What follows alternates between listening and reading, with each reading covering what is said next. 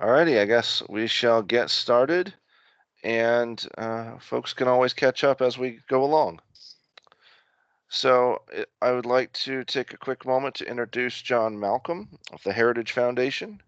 He is a large friend of the Washington Urban Debate League and has been one of our biggest supporters for many years. He has spent time as a prosecutor and currently guides Heritage's research on criminal justice issues. And I also understand that John had a large role in helping to put together the First Step Act, which is one of our most recent instances of criminal justice reform from the congressional level. So without further ado, Mr. John Malcolm. Well, thank you so much, and I'm delighted to be here with you. The topic I've been asked to present, which is the politics of criminal justice reform, is a very, very broad topic that we couldn't possibly cover the water in half an hour. But let me sort of talk a little bit about the First Step Act and sort of where we're going from here, and about the politics of criminal justice reform. So the politics of criminal justice reform are very, very knotty. We are very divided in this country about criminal justice issues. There are a large number of people who think that we have a quote unquote mass incarceration problem, that we lock up way too many people for too long a period of time, and we have too many crimes that cover, some very serious things, obviously, like violent crimes and major property offenses, and also more mundane types of activities. And there are other people who think that we still have too violent a society, and that we, if anything, under incarcerate. And there are not only divides along those lines, but there are also divides about how long we should keep people locked up. It's no secret that recidivism rates in this country are very, very high. The First Step Act is in part designed to address that, so that there'll be, so recidivism rates for people coming out of state prisons is, basically 60 to 70%. It's a little lower for federal prisoners, but still very, very high. And there are, even if you did something to reduce those rates by half, you get some people who say, well, look, almost a third of the people who are returning to society are going out and committing crimes. We're obviously doing something wrong. We shouldn't have let them out in the first place, and we should keep them locked up for longer periods of time. And there'll be other people who would say, gosh, we've cut recidivism rates in half. 70% of the people who have been released are now returning to being law-abiding citizens, and we're doing something right, and we should do more in that direction. And there are reasonable people on both sides of that debate, but it makes getting anything done tough.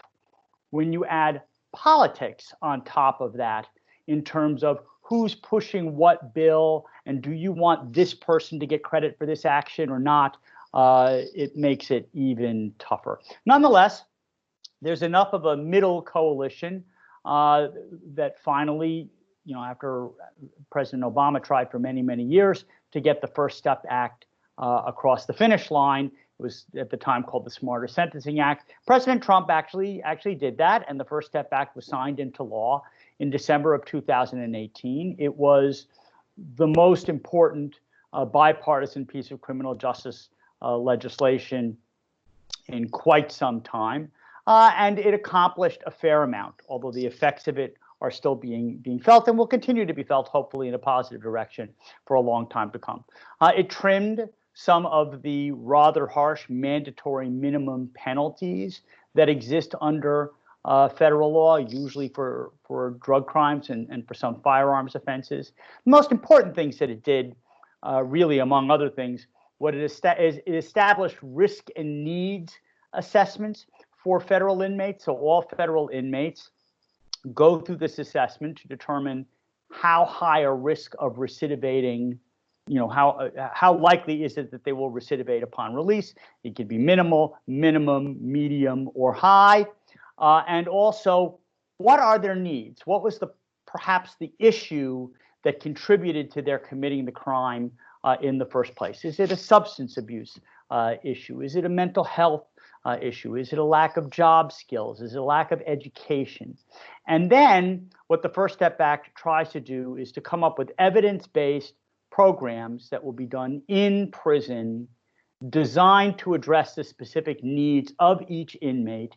And inmates are given slight incentives to avail themselves of these courses to improve their lives, make them better people, and also hopefully to reduce the risk that they will recidivate when they are eventually released. And 95% of people who are presently behind bars in either the federal system or the state system are eventually going to be released back into our communities. And we should care an awful lot about what kind of shape they're going to be in when they get out. So that's what the First Step Back did. It did other things too, not meaning to, denigrate or minimize the other things that they did, but those are the major things that they did. Very positive piece of legislation, in my opinion, and we will have to see in the long run what the effect of those changes are. So where do we go from here? Well, there are a lot of different areas that I could talk about. I'm going to talk about a couple of criminal justice reform related issues. And then I'll talk about something that is also, I suppose, related to criminal justice reform that is on everybody's mind at the moment, and that is police reforms. So the first thing I want to talk about is mens rea reform. And this is a very politically contentious issue. There are some groups on the left that have pushed mens rea reform, but it's mostly groups on the right that have pushed mens rea reform, and I've written a lot about this both before I was at the Heritage Foundation and while I've been there. So mens rea is Latin for guilty mind. And what people learn in law school is that the general idea is that in order to commit a crime, somebody has to have both the actus rea and the mens rea. The actus rea is they have to do some kind of an act that constitutes the crime. It's killing somebody, it's doing something that either, that ends up killing somebody, and then you have to have an intent to either kill somebody or at least to inflict substantially bodily harm on that person. And if you combine the actus reus with the mens rea, then you have a completed crime. There are all sorts of legal maxims, like ignorance of the law is no excuse, that all grew up around the idea that there would be both an actus reus and rea. If you do something that is a morally culpable thing to do, you commit rape, arson, burglary, murder, fraud, something that is a morally bad act. If you somehow didn't think that that was a crime, ignorance of the law is no excuse. You are doing something that is inherently morally blameworthy, and you can be held responsible for that. And for most of our nation's history, the vast majority of crimes had an inherent moral blameworthiness to them, and prosecutors had to prove that you did both the act and you had the intent to commit the crime, or at least a knowledge that you were doing something wrong that was likely to cause somebody harm. That's actually no longer the case.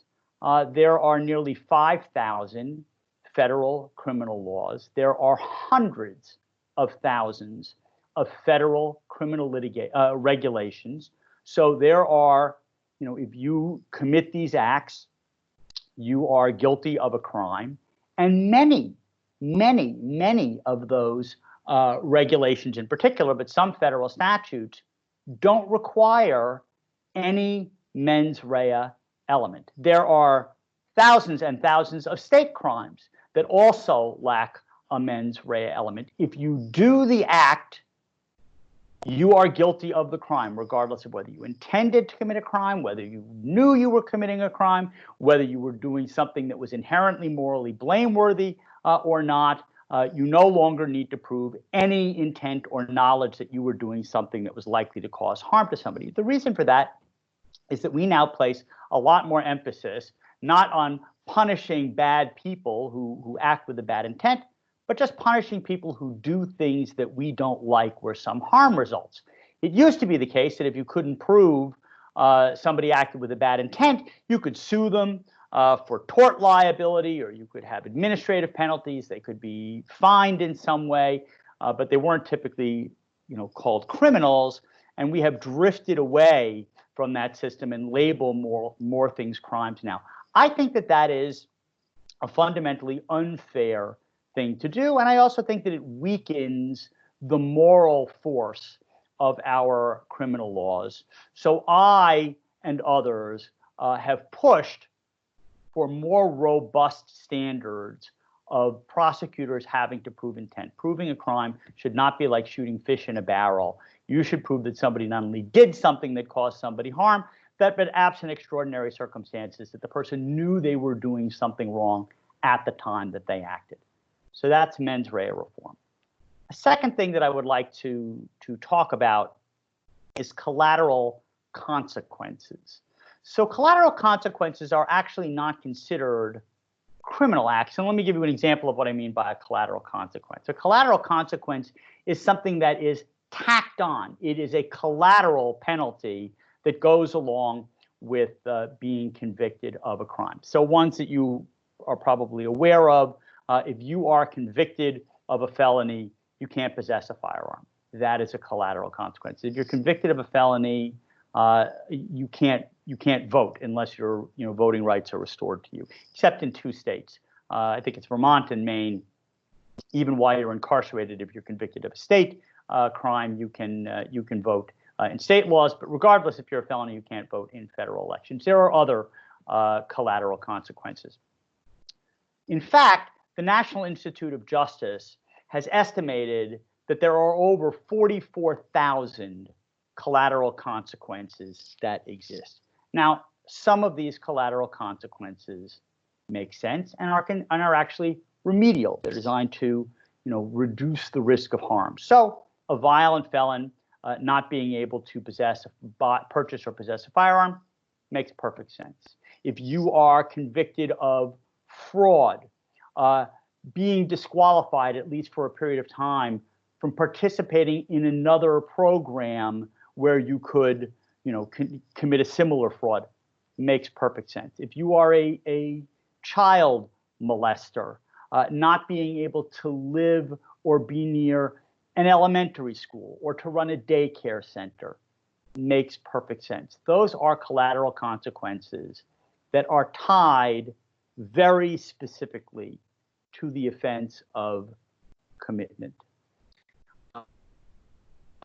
But there are a lot of collateral penalties that have next to nothing to do with the crime that was committed and strike me at least as being more punitive in nature. So for instance, people who are arrested or convicted of drug offenses in a number of states can't get a driver's license. Now, being a drug dealer is a bad thing, but other than the fact that you have to drive a car to go to drug deals, driving a car is unrelated to being a drug dealer. And once you are released from prison, if you can't drive a car, you can't interview for jobs, you can't get to jobs. If you have kids, you can't pick up your kids or drive them to or from school, and you are no more of a danger to the to people driving in the streets than any other driver.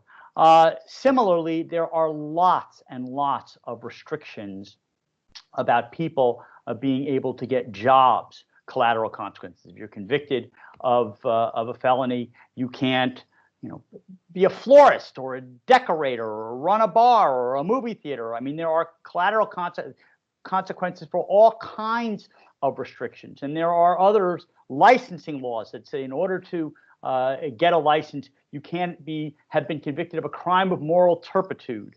That is low-hanging fruit for people in that industry who want to keep out to competitors who will say, oh, well, you were convicted of a crime. We think this crime involves moral turpitude. You don't get to get a professional license in that job. Some of this stuff is insane. So, for instance, barbers in a lot of states, if you're convicted of a felony, you cannot become a barber. Now, that's insane for a variety of reasons. One, barbers, it's true that they handle scissors, but as a general matter, barbers do not pose a major threat to public safety any more than florists and interior decorators, any of the other myriad of professions that are covered by collateral consequences. And in fact, learning to be a barber is one of the few skills that they actually teach to prisoners. So here you are in prison, you have no marketable skills, you are given a marketable skill in terms of being trained to be a barber, and then you get out of prison and you discover that you cannot get a job with the one marketable skill that you now have. People who get out of prison start out with two strikes against them. People are would-be employers are they either don't like people who have committed crimes, or they are afraid of liability if they hire somebody who's committed a crime who then goes and does something wrong. The people who have been incarcerated have gaps in their resume. They lack certain job skills. They are often the last people hired and the first people fired. It is tough enough if you are an ex-offender, particularly if you're a formerly incarcerated individual, for you to get released from prison and actually make it. A lot of times they have child support payments to make, restitution orders, fines that are outstanding. If you end up pushing people who are ex-offenders into a corner and make it too difficult for them to become law-abiding citizens, it is almost inevitable that they will return to a life of crime so that they don't end up starving or end up out in the streets. And that serves nobody's interests. So states and localities, and indeed the federal government too, ought to take a very, very hard look at the types of collateral consequences and number of collateral consequences that we impose on people who are criminal justice involved. All right. So now let me say a little bit before opening up to questions, because I want to make sure in the brief time that we have that I have some opportunity to answer some questions about police reforms. And of course, that is now on everybody's mind since the killing of George Floyd. And yes, I believe that that was a killing, and I totally support the charges that have been brought, at the very least, against the lead